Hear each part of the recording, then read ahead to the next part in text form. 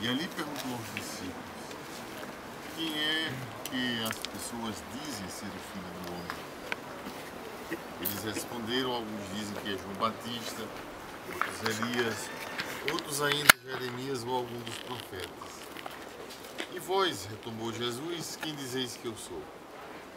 Simão Pedro respondeu: tu és o Cristo, o Filho do Deus vivo.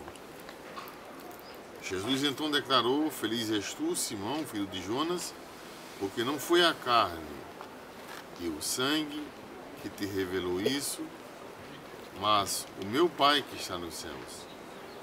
Por isso eu te digo, tu és Pedro, e sobre esta pedra edificarei a minha igreja, e as forças do inferno não poderão vencê-la. Eu te darei a chave do reino dos céus. Tudo que tu ligares na terra será ligado nos céus. Tudo que tu desligares na terra será desligado nos céus. Em seguida recomendou aos discípulos que não dissesse a ninguém que ele era o Cristo. Palavra da salvação. Glória a vós, Senhor.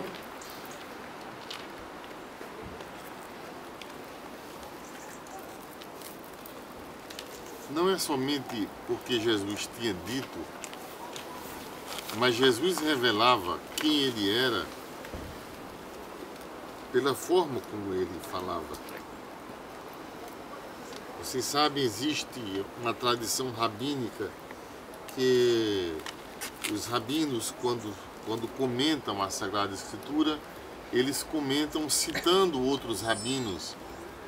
Ou quando a gente vai escrever um livro e a gente faz uma citação de outra pessoa, então a gente diz: tal pessoa afirmou isso no parágrafo tal, no livro tal. Mostra erudição, mostra conhecimento, mas mostra que o pensamento veio do outro. Quando Jesus falava, ele dizia assim: vocês ouviram o que foi dito aos antigos, olho por olho, dente por dente. Eu, porém, vos digo: amai os vossos inimigos, fazei o bem aos que vos fazem mal, orai pelos que vos odeiam, os que vos perseguem. Vocês ouviram o que foi dito aos antigos: se um homem separasse da sua mulher, dele carta de divórcio. Eu, porém, vos digo.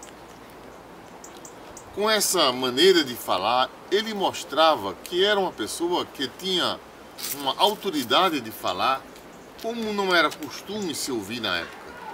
As multidões ficavam maravilhadas com Jesus, porque está nos evangelhos, ele falava com autoridade.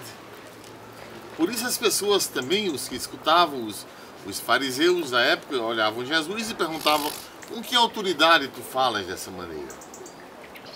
Ora, Jesus não pertencia a nenhuma escola rabínica como São Paulo pertencia. São Paulo foi criado aos pés de Gamaliel. Jesus veio dessa região pobre, carente aqui. Então, com que autoridade ele falava?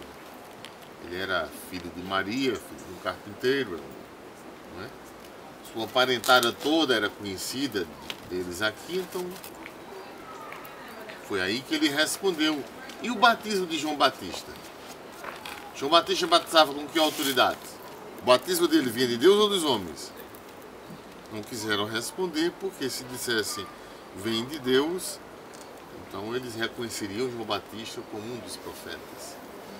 Se dissesse vem dos homens, João Batista era considerado como um profeta.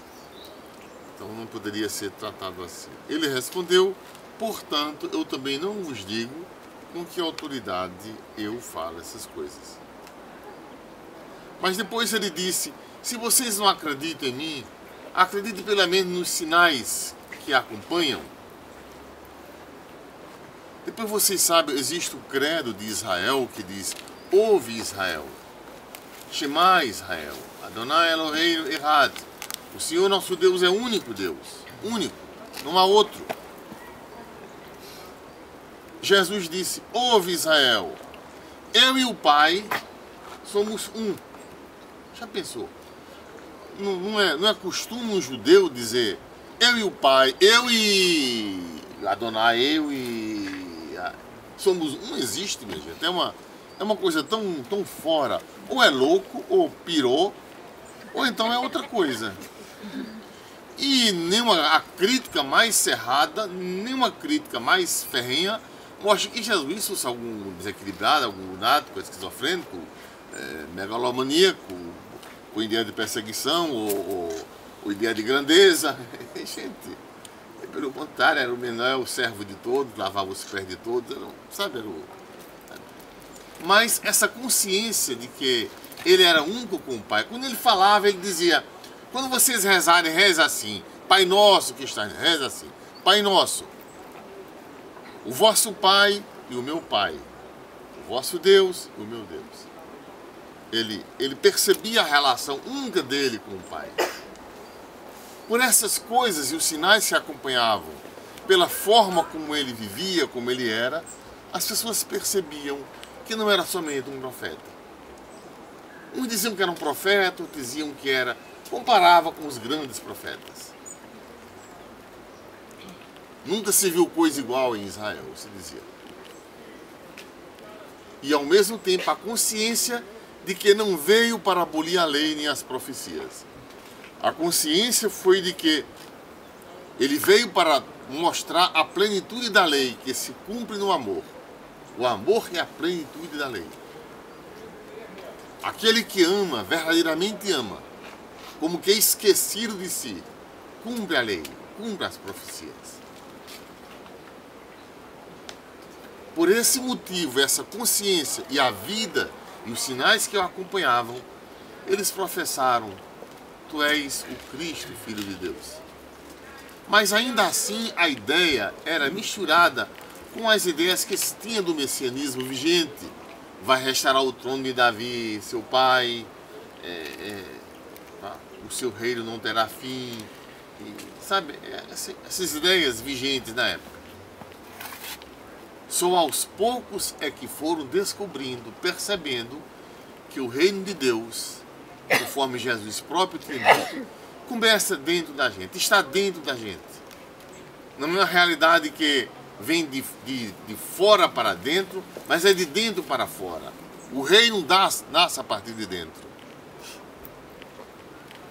E esses que adoram a Deus em espírito e em verdade, faz o reino acontecer a partir de dentro.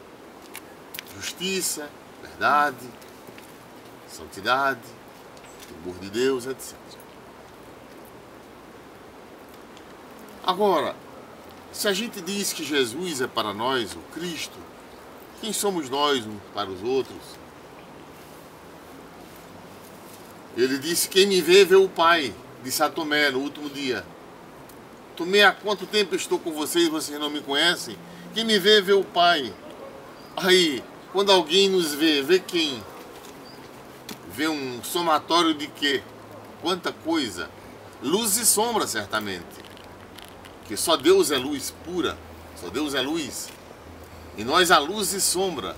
Mas o que prevalece em nós? Quem o vê o Pai. E quem nos vê quem? Quisera que visse a face misericordiosa de Deus. Quisera que visse o rosto transfigurado de Deus.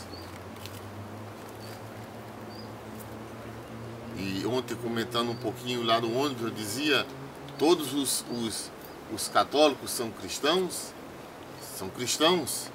mas também podem não ser cristãos. Porque são batizados e são cristãos, né? Agora, pode também não ser cristão.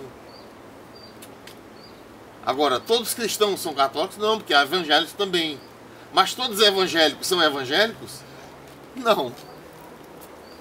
Todos os evangélicos são evangélicos? Não.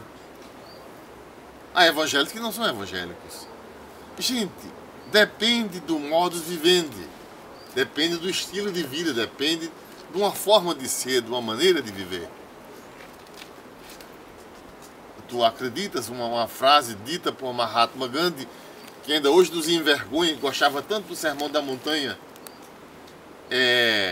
Mahatma Gandhi disse: se os cristãos fossem cristãos por um dia, eu seria por toda a vida. Gente, Isso é de matar de vergonha. E era um homem que conhecia o Sermão da Montanha. Como Alex conhece passagens bíblicas, cita os locais. Gente, então o que falta? O que falta para que a presença de Cristo seja um fato consumado em nós?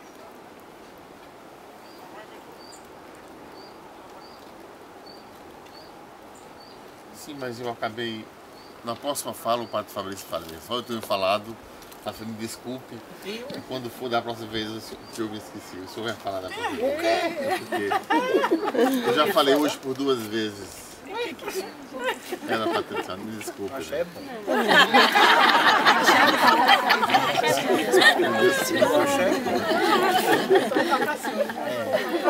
Um excesso de egoísmo. Ele agradece. Ele agradece.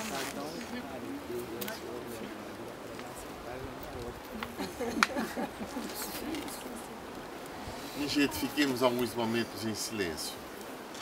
Nesse lugar ele perguntou: quem diz os homens que eu sou? Quem ele é para ti?